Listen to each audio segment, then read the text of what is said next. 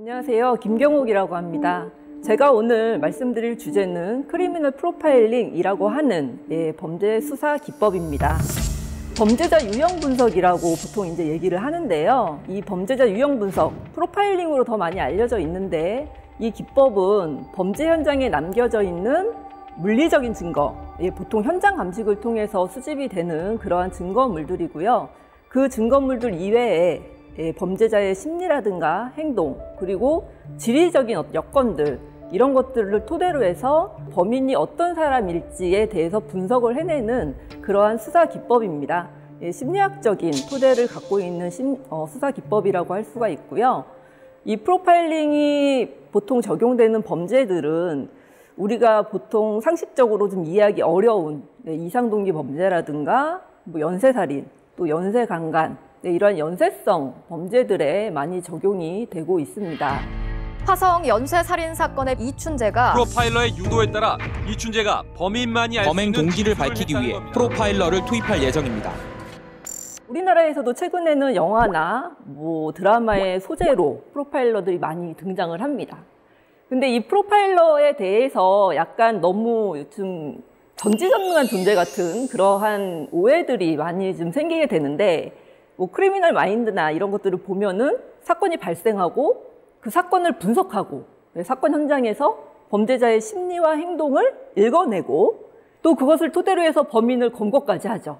거의 전천후의 그러한 능력을 보여주고 있는 그러한 그 모습들을 볼 수가 있습니다.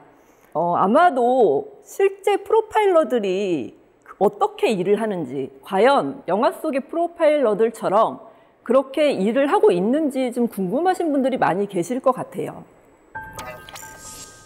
프로파일링 기법은 미국에서 처음에 시작이 됐는데요. 1970년대에 미국에서 연쇄살인 사건이 이제 많이 발생을 하게 돼요. 그 전에는 이제 좀 이해할 수 없었던 그러한 사건들이 많이 발생을 하게 되면서 이러한 사건들을 뭔가 지금 접근할 수 있는 새로운 수사 기법이 있지 않을까? 이들은 왜 이런 범죄를 할까?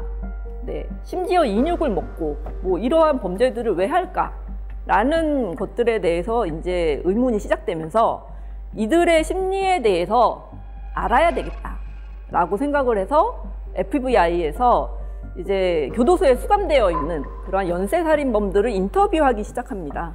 그 자료들을 토대로 해가지고 범죄자의 유형, 제가 아까 프로파일링을 이제 우리 번역을 하면서 범죄자 유형 분석이라고 말씀을 드렸는데, 그 범죄자의 유형을 분류를 하고 그 유형에 따라서 어떠한 범죄자들이 특성을 갖더라라는 것들을 정리를 하기 시작을 해요. 그런 것들이 1970년대, 80년대에 거쳐서 이제 이루어지게 되고요. 우리나라에서는 프로파일링이 2000년도에 이제 처음으로 들어오게 됩니다. 본격적으로 프로파일링의 필요성을 인식을 한 것은 유영철 사건이 이제 가장 크죠. 그 전에도 물론 연쇄살인 사건도 있었고 우리가 이해할 수 없는 그런 범죄들도 있어 왔어요. 근데 사실 유영철 사건이 주는 사회적인 충격은 굉장히 컸었습니다. 그래서 이런 유영철 사건이 발생을 하고 이런 과정을 거치면서 이 프로파일링에 대해서 본격적으로 활용을 해야 되겠다라는 인식이 일어나게 되면서 2005년도에 공식적으로 경찰에서 프로파일러들을 채용을 하기 시작을 합니다. 그럼 프로파일러들은 어떤 일을 하는가? 일단은 프로파일러가 되기 위해서는 인간의 심리에 대해서 알아야 되겠죠. 범죄자도 어차피 인간이기 때문에 인간의 심리 상태에 대해서 알 수 있어야 되고, 프로파일러가 갖춰야 되는 또 가장 큰 자질 중에 하나는 정보들, 그러니까 결국은 제가 프로파일링은 정보 분석가라고 저는 생각을 하는데, 정보들에서 범인을 추론할 수 있는 의미들을 찾아내는 일이 프로파일러의 일이라고 저는 생각을 합니다. 다소 좀 추상적인 얘기인데요. 이 프로파일러들의 일에 대해서 가끔씩 이 퍼즐에 많이 비유를 하곤 하는데요. 저도 한때 퍼즐에 빠져서 퍼즐을 좀 많이 한 적이 있습니다. 근데 이 퍼즐이 복잡할수록 사실 하나의 퍼즐의 자리를 찾기 위해서 다른 퍼즐이 맞춰져야지 그 퍼즐의 자리를 찾을 수 있는 경우가 있거든요. 사실 프로파일링도 좀 마찬가지예요. 어떠한 정보들이 어떤 의미를 갖고 있는지 해석이 돼야지 다른 정보가 갖고 있는 그 정보가, 그 가치가 확인이 되는 경우들이 있거든요. 그래서 이 프로파일러들은 이 정보들이 갖고 있는 의미를 얼마나 잘 해석해낼 수 있느냐, 그것이 사실 능력의 관건이라고 저는 이제 생각을 합니다. 그럼 프로파일러들은 어떤 일을 하는가? 그것들을 좀 더 세부적으로 나눠서 이제 말씀을 좀 드려보면, 이제 사건이 발생한 직후에 프로파일러들은 현장을 물론 같이 가죠. 현장 감식이 끝날 때까지 현장에 같이 임장을 하고 있고요. 그리고 최초 수집된 뭐 피해자 중심의 그러한 정보들, 뭐 이런 것들을 모두 다 일단 정보를 일단 수집을 합니다. 수집할 수 있는 모든 정보를 다 수집을 하게 되고요. 그 다음에 중요한 것은 현장 재구성입니다. 근데 이 현장 재구성은 사실 이 프로파일링에서 가장 핵심적인 부분이에요. 여러 가지 것들을, 정보들을 가지고 이 범인이 그 집에 들어가서 어떠한 행동들을 했을 것이다 라는 것들의 현장 재구성이 가능해집니다. 그렇게 되면은 이 범인의 특성이 어느 정도 확인이 될 수 있는 부분이 있어요. 또 한 가지 중요한 거는 피해자 분석입니다.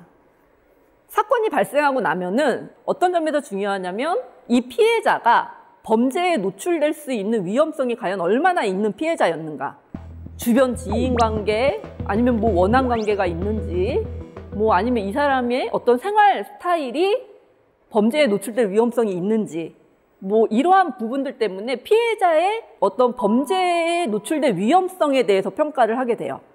그래서 피해자 분석도 또 하나의 중요한 부분이 되고요. 데이터베이스 분석도 들어가게 됩니다. 데이터베이스를 분석해서 이 사건과 유사한 사건이 있는지, 그리고 유사한 사건이 있다면 그 사건의 범인은 어떠한 특성을 가졌었는지, 이러한 것들의 분석이 가능해집니다. 그래서 데이터베이스 분석도 들어가게 되고요.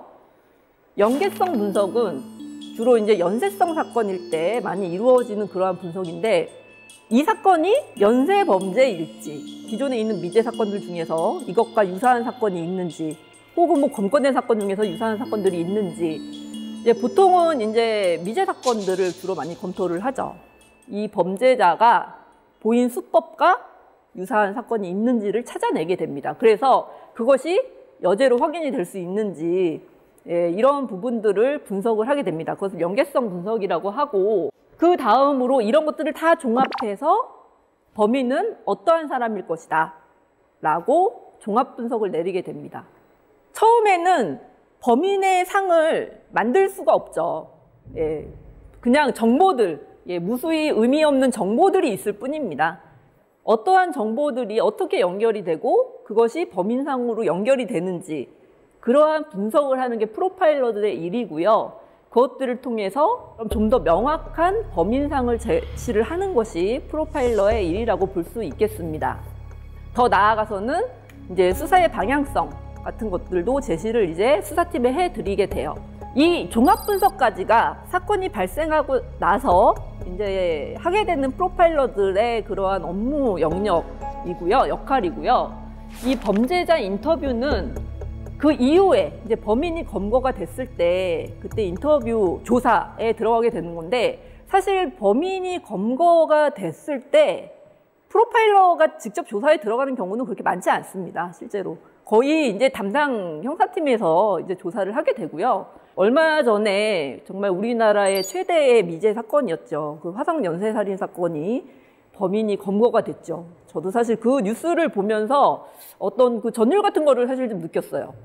그 사건은 언젠가 정말 프로파일러들에게는 정말 숙제와 같은 그러한 사건이라고 생각을 했거든요. 그래서 이 사건은 프로파일러들이 정말 관심을 가져야 되는 사건이지 않을까라는 생각을 이제 늘 했었는데, 결국은 이제 다른 루트를 통해서 범인이 이제 검거가 됐는데, 그 과정에서 이제 프로파일러가 투입이 되고, 그리고 여죄를 이렇게 확인해내는 과정에서 중요한 역할을 했다라는 것을 저도 이제 뉴스를 통해서 확인을 이제 했습니다. 8번째 화성 살인 사건을 자백한 이춘재로부터 유의미한 진술을 받아냈다고 밝혔습니다. 경찰은 프로파일러를 투입해 이춘재의 진술 의도를 분석하고 있습니다.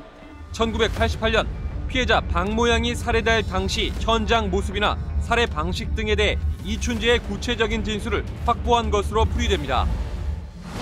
프로파일러들은 기존에 어떤 조사를 하는 것들과는 또 다른 접근으로 이제 범인들과 면담을 하게 되기 때문에 여러 가지 전략을 세우게 되고 이러한 접근들이 아마 거기서 유용하게 지금 활용이 된 부분이 있지 않나라는 생각이 듭니다. 이제 보통 프로파일러들이 어떤 자질을 갖고 있어야 하는지에 대해서 이게 의문을 갖고 계시는 분들이 이제 많이 있는데 저는 프로파일러는 오픈마인드여야 된다고 생각을 합니다. 일단 프로파일러가 어떠한 그 사고의 틀에 갇혀 있으면 범죄를 분석을 할 수가 없어요. 사람들은 보통 자신이 갖고 있는 인지적인 도식 내에서 사고를 하거든요. 근데 그 얘기는 뭐냐면 프로파일러도 사람이죠, 똑같이. 그러니까 자신이 배우고 자신이 경험한 거 그러한 어떤 틀이 있어요. 사고의 틀이 있어요. 근데 그 사고의 틀을 가지고서 사건을 분석하려고 하면은 분석을 할 수가 없어요. 제가 범죄를 분석하고 뭐 현장에 가보고 또 범죄자들을 면담하고 그러한 것들을 통해서 결론적으로 얻은 건 뭐냐면 있을 수 없는 일은 없고 불가능한 일은 없다는 겁니다. 처음에는 그렇게 생각해.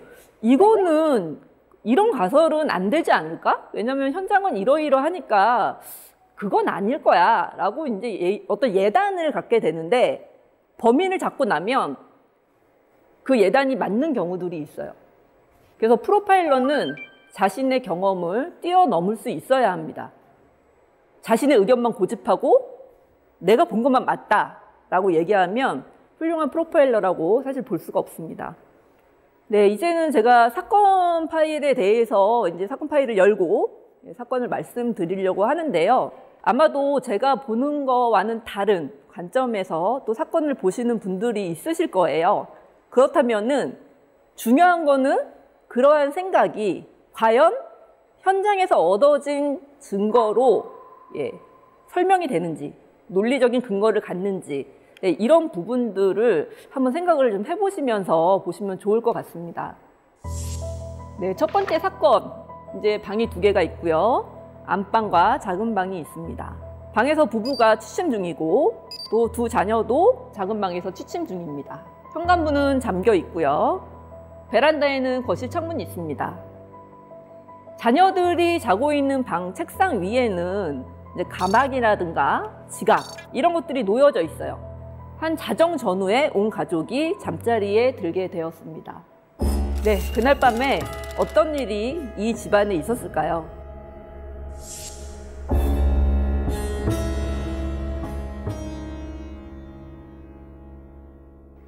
범인이 침입을 했어요. 침입을 해서 작은 방에 있는 2 자녀들을 살해를 했습니다.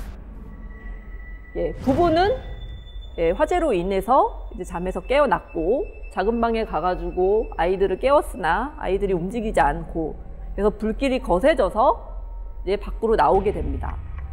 가상의 사건으로 간단하게 구성을 했는데 이러한 정보들을 나중에 분석으로 연결을 시켜서 이 범죄가 어떤 동기를 갖는지, 이 범인이 목적은 뭐였을지, 범인은 어떤 범죄의 유형일지 이러한 부분들을 추정을 해내는 것이 프로파일러의 이제 할 일이 되겠습니다. 한번 생각을 해보셨으면 좋겠습니다.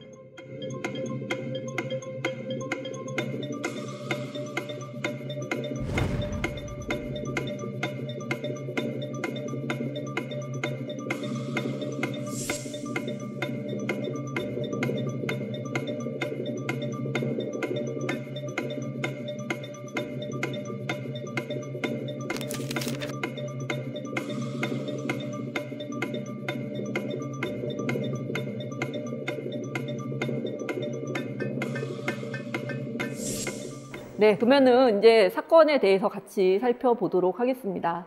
부부도 베란다 창문으로 탈출을 했어요. 현관문을 열 수가 없었던 게 현관문 앞에 지금 불이 나고 있잖아요. 근데 이 부분도 상당히 눈여겨봐야 되는 부분입니다. 현관문이 열려 있었다면 범인의 침입 탈출 경로로 사용되었을 가능성이 높다. 여기서도 사실 한 가지 우리가 좀 이렇게 범죄를 예방하기 위해서 좀 생각해 볼 부분이 있는데요. 우리가 보통은 문을 다 시정을 잘하고 이제 생활을 한다고 생각을 하지만 생각보다 거실 창문 열어놓고 사시는 분들이 많아요. 근데 그게 범죄자들에게는 자신의 범행 대상을 선정하는 어떤 요인으로 작용을 한다는 겁니다. 다음으로 보면 두 자녀가 사망을 했습니다. 두 자녀에게만 범행을 했는데 사실 범죄자들이 성인을 특히 뭐 여성 남성이지만 성인을 2명을 다 제압해서 범행을 저지른다는 게 그들에게도 쉽지 않은 일이거든요. 상대적으로 제압하기 쉬운 딸들을 대상으로 범행을 했는데 이때 다른 방에서는 부부가 자고 있었다는 거죠. 그만큼 이 상황에 대해서 통제를 충분히 할 수 있는 능력을 갖고 있다는 그러한 의미입니다. 사실 범죄라는 게 범죄자에게도 굉장히 긴장이 높은 그러한 상황을 초래를 합니다. 그래서 처음 범행을 하는 사람 같은 경우에 예를 들어서 칼로 누군가를 찔렀다라고 하면은 굉장히 자기도 의식하지 못하는 사이에 굉장히 많이 찔러게 되는 그러한 현상을 보여주는 경우도 있거든요. 근데 이 범죄자 같은 경우는 지금 범행을 하는 데 있어서 불필요한 행동을 이 공간 안에서 하지를 않았어요. 그렇다는 것은 계획성도 높고 이러한 상황에 대해서 통제력도 높고 이렇게 긴장된 상황에서 자신의 감정을 컨트롤할 수 있는 능력도 충분히 갖고 있다라고 볼 수가 있는 것입니다. 그렇다면은 이 사건이 단 한 번만 있는 사건이 아닐 가능성이 일단 높아지게 되고요. 연쇄성 범죄일 가능성이 높아지게 됩니다. 그래서 피해자를 바로 살해를 한 것을 보면은 죄책감도 결여되어 있는 것으로 알 수가 있을 것 같아요. 일단은 불을 지르는 것은 범죄자들이 자신의 단서를 지우기 위해서, 범죄를 은폐하기 위해서 가장 많이 사용하는 방법입니다. 근데 이 범인은 현관문 앞에 불을 질렀어요. 그것은 자신의 범행을 은폐하는 것 플러스 피해자의 도주로를 차단하려고 하는 것. 도주라고 할 수는 없겠지만 피해자가 탈출하는 그러한 루트를 차단하려고 하는 두 가지의 목적을 지니고 있다라고도 볼 수가 있겠습니다. 그래서 이러한 것들을 봤을 때 굉장히 잔인성이 있다라는 것들을 추론을 해낼 수가 있을 것 같습니다. 굉장히 완전 범죄에 대한 욕구가 높은 그러한 범죄자 유형입니다. 분실물이 없어요. 보통 침입을 해서 보는 것이 금품 같은 거, 강도의 목적이면 당연히 없어지는 게 있어야 되겠죠. 이 집에서는 없어진 게 아무것도 없었습니다. 그렇다면은 살인 자체가 목적인 가능성이 굉장히 높게 되는 것입니다. 살인 자체가 동기라는 것은 이것은 이상동기 범죄에 속하게 돼요. 보통 우리가 범행의 동기로 얘기하는 것이 금품, 보복, 치정, 원한 뭐 이러한 것들이 사실 동기가 되거든요. 근데 살인이 동기라는 거는 이것은 보통의 범죄의 범주를 넘어섰다고 볼 수가 있습니다. 그래서 이러한 것들을 통해서 봤을 때 이 사건은 세계적인 유형 그리고 쾌락주의적인 범죄 유형이라고 이제 볼 수가 있겠습니다.